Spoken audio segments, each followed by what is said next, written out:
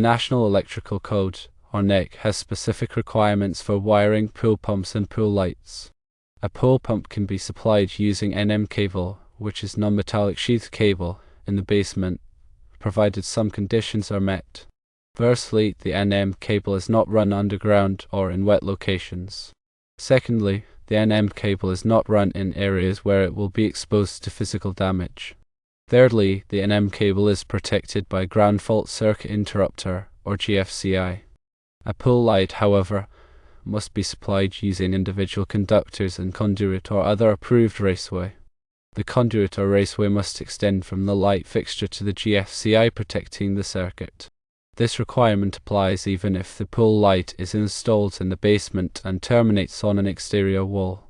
There are reasons for this difference in requirements, primarily related to environmental factors and safety. Pool lights are typically installed outdoors and exposed to moisture, weather conditions, and potential physical damage. Conduit provides physical protection for the wiring and ensures its longevity in these harsh environments. Conduit also enhances safety. The conduit acts as a barrier to electrical shock hazards, reducing the risk of electrocution if the wiring becomes damaged or exposed. Code compliance is also a driver. The NEC specifically requires conduit for pool light wiring to minimize potential hazards and ensure safety. Even though both the pool pump and pool light are GFCI protected, the NEC has different requirements for their wiring due to the environmental and safety considerations associated with pool lights. The NEC approach prioritizes layer protection, addressing potential risks from multiple angles.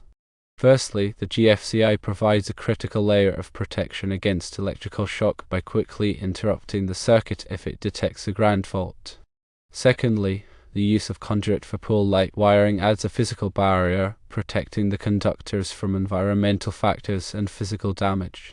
Thirdly, the separation of requirements acknowledges the distinct installation contexts and associated risks for pool pumps versus pool lights. Considering a scenario, a pool pump located in a dry basement is less exposed to harsh conditions compared to a pool light submerged in water. The NEC guidelines ensure a comprehensive safety strategy, adapting to the specific needs of each component within the pool environment. The NEC establishes minimum safety standards, and local jurisdictions may have additional requirements. It's crucial to consult with a qualified electrician and local authorities to ensure full compliance with all applicable codes and regulations. The NM cable, when permitted, offers cost-effectiveness and ease of installation in suitable environments.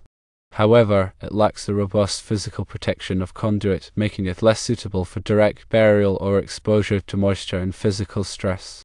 The individual conductors within a conduit system offer flexibility in wire selection and future modifications. This approach allows for using conductors with specific insulation ratings appropriate for wet or high temperature environments. Understanding the terminology is also key. NM cable refers to a type of electrical cable consisting of two or more insulated conductors enclosed in a non-metallic sheath. Conduit is a rigid or flexible tube used to protect electrical wiring. A GFCI is a safety device that detects ground faults and interrupts the circuit to prevent electrical shock. Ground fault refers to an unintentional electrical path between a source of current and ground. Article 680 of the NEC covers the requirements for swimming pools, spas, hot tubs, and other similar installations.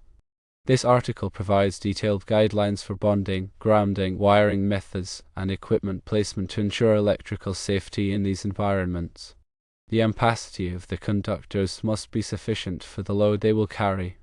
The NEC provides tables to determine the appropriate conductor size based on the amperage and other factors such as temperature rating and installation method.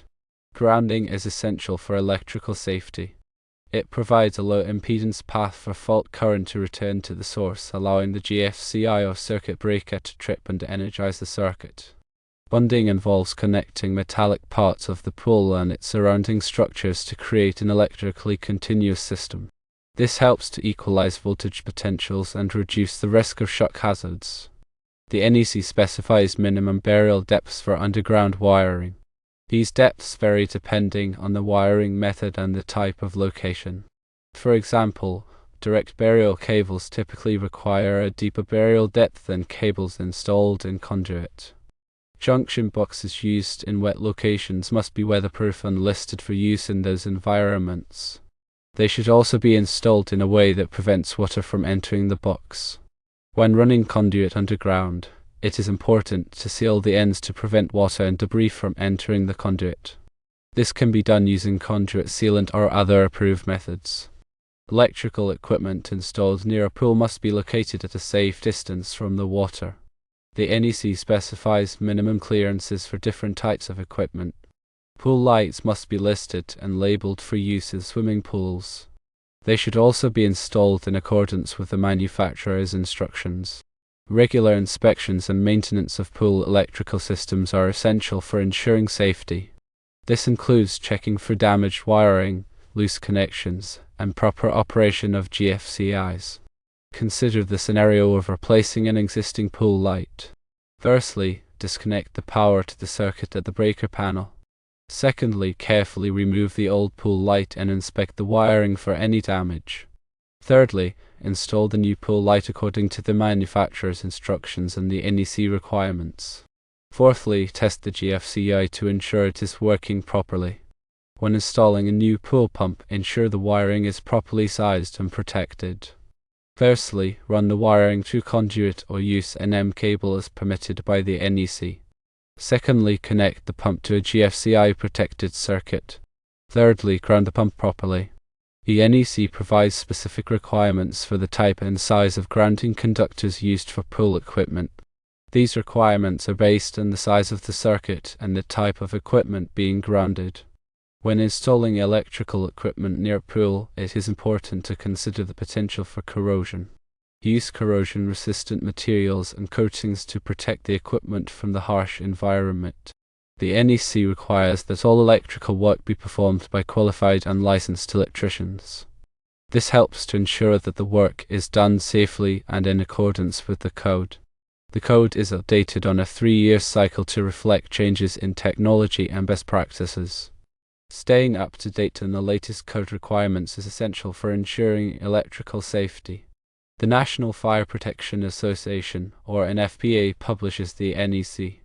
The NFPA is a non-profit organization that develops codes and standards for fire and electrical safety.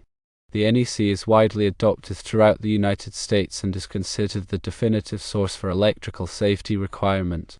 Local jurisdictions may adopt the NEC as is or may make amendments to it to reflect local conditions. Consulting with a qualified electrician is always recommended when working on electrical systems, especially in potentially hazardous environments such as swimming pools.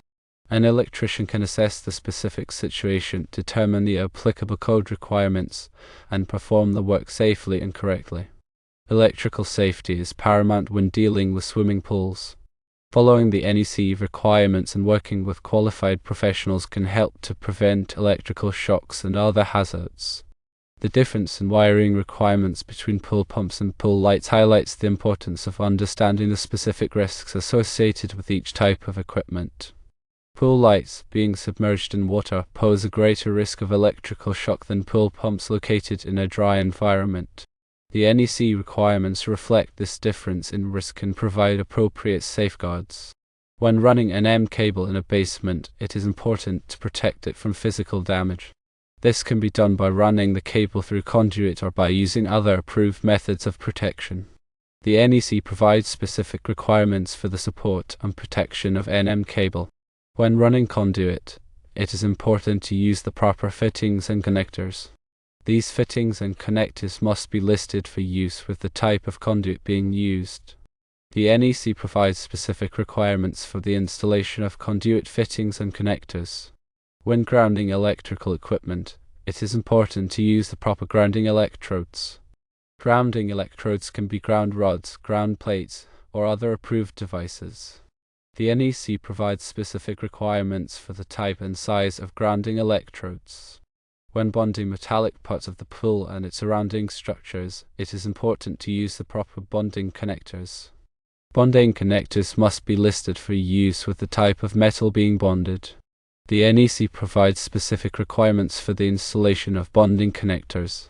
The NEC is a complex and comprehensive document. Understanding the code requirements is essential for ensuring electrical safety. Consulting with a qualified electrician is always recommended when working on electrical systems. The key takeaways are: firstly, pool lights require conduit for safety due to their exposure to water and potential physical damage. Secondly, pool pumps can use an NEC cable in dry basements if protected from damage and GFCI protected. Thirdly, always consult the NEC and a qualified electrician for specific requirements in the installation.